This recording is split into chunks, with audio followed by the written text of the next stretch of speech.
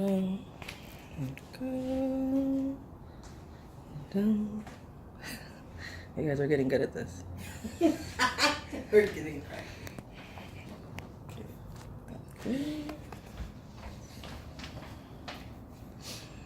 Okay.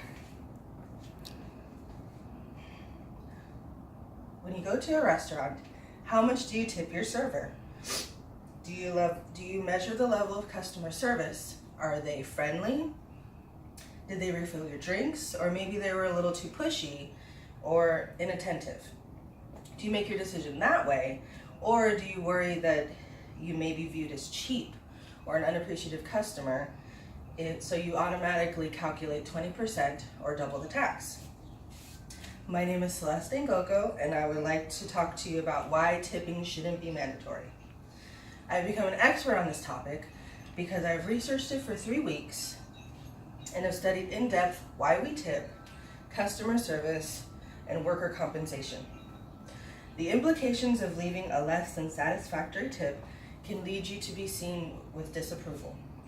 By the end of my speech, I want to have changed your attitude towards mandatory tipping so it can be turned back into genuine gratuity.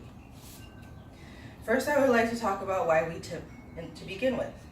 Hunter Stewart, a writer for the Huffington Post, wrote an article in 2014. Stewart says that when we tip, we're essentially buying the right to avoid disapproval or guilt. Gratuity, as defined by the Merriam-Webster dictionary, means something given voluntarily or beyond obligation, usually for some service. This is not how tipping is viewed anymore. It has become compulsory. We as a society no longer base the amount we tip on how much we appreciate a person's hard work. We are made to feel guilty if the amount seems insufficient to the person that's receiving it.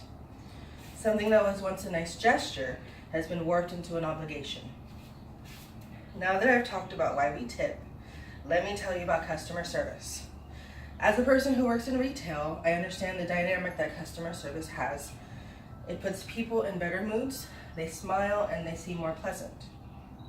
It's my job to provide good customer service, just like it's a server's job to not only provide good customer service, but to also wait on you when you're at a restaurant.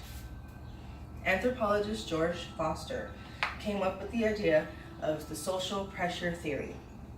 In 2011, Foster said that we tend to tip people who serve us food or beverages because it's a social norm. Because we've fallen into this normality, customer service no longer plays a role.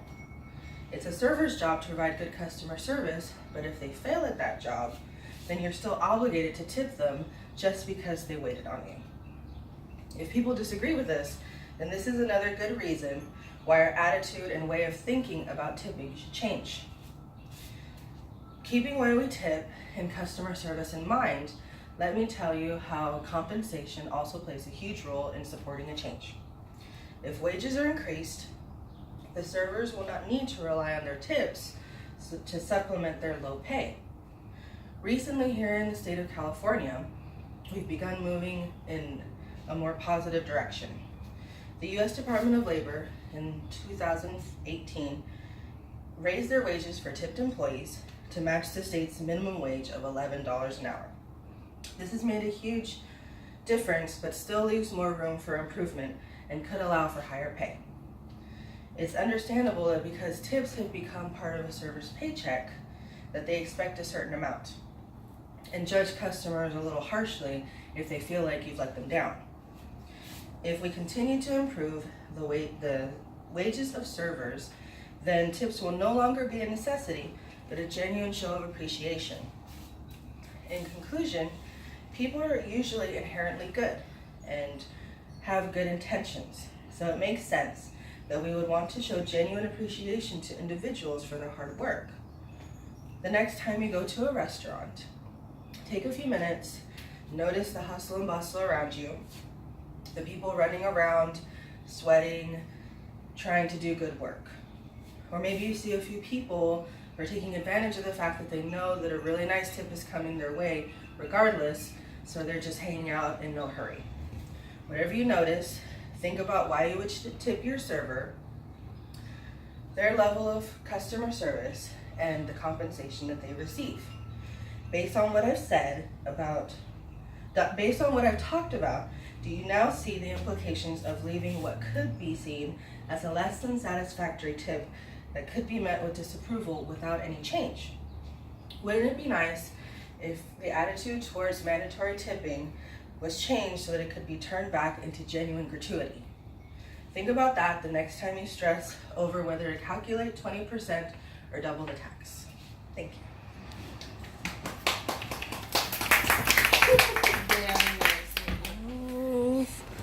And they're still Great. there. That was great. And I'm still here. You did good, Mom. Still here.